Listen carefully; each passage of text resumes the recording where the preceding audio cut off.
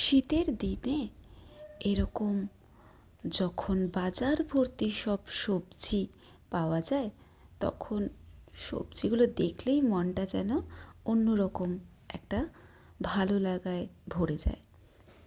নানান রকম সবজি দিয়ে আমাদের আজকের এই রেসিপি। তো দেখা যাক আমরা কি কি সবজি নিয়েছি। এখানে অনেক রকমের সবজি আমরা ব্যবহার করেছি।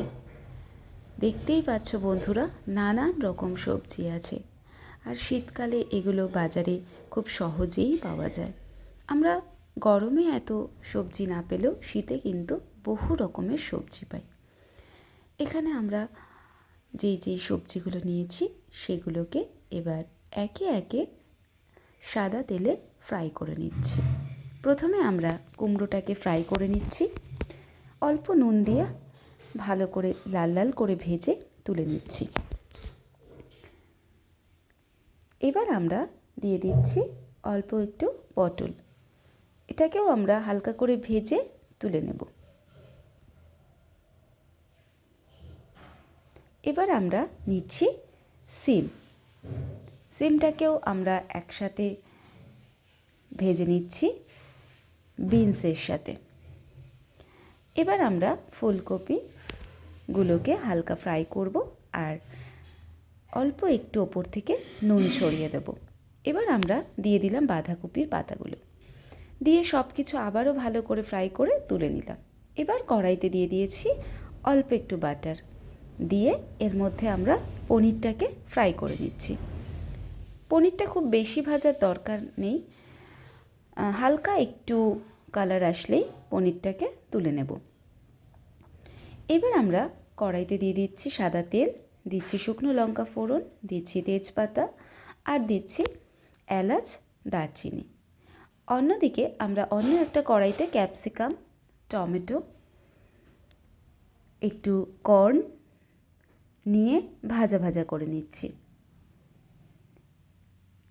ততক্ষণে আমাদের ফোড়নটাও রেডি হয়ে গেছে। আমরা এলাচ আর দারচিনিটা দিয়ে আরেকটুক্ষণ নাড়াচাড়া করে ভেজে রাখা সমস্ত সবজিগুলো একে একে দিয়ে দিচ্ছি। সবজি যেহেতু ভাজাই রয়েছে, আমাদের খুব বেশি সময় লাগবে না। একটু তেলে হালকা করে সাঁতলে নিয়ে এবার আমরা আমাদের যে টমেটো সেগুলো ভাজা হচ্ছে সেগুলো মাঝে মাঝে নেড়ে চেড়ে নিচ্ছি, আর এর মধ্যে দিচ্ছি একটুখানি নুন।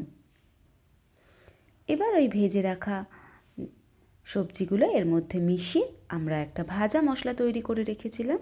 অল্প ধনে, জিরে আর শুকনো লঙ্কা, এলাচ, দারচিনি দিয়ে একটা ভাজা মশলা তৈরি করেছিলাম, সেটা আমরা দিয়ে দিলাম। এবার দিয়ে দিলাম আমরা এখানে চালমগজ আর কাজুর পেস্ট। চালমগজ আর কাজুর পেস্টটা দিয়ে নাড়াচাড়া করে আমরা দিয়ে দিচ্ছি টক দই। এবার আমরা আরও কিছুক্ষণ নাড়াচাড়া করে নিচ্ছি। নাড়াচাড়া করে নিয়ে আমরা যখন দেখব যে তেল ছেড়ে গেছে সবজি থেকে, তখন আমরা দিয়ে দিচ্ছি অল্প জল। যে যেরকম গ্রেভি পছন্দ করেন সেরকম গ্রেভির জন্য জল ইউজ করবেন। আমরা খুব বেশি গ্রেভি রাখিনি, তাই অল্পই জল দিয়েছি। দিয়ে দিলাম চিনি। এবার আমরা ভেজে রাখা যে পনিরগুলো ছিল সেগুলোকেও আমরা অ্যাড করে দিলাম। এবার অপেক্ষা, একটু ফুটতে দেওয়ার। ফুটে গেলেই রেডি হয়ে গেল আমাদের নবরত্ন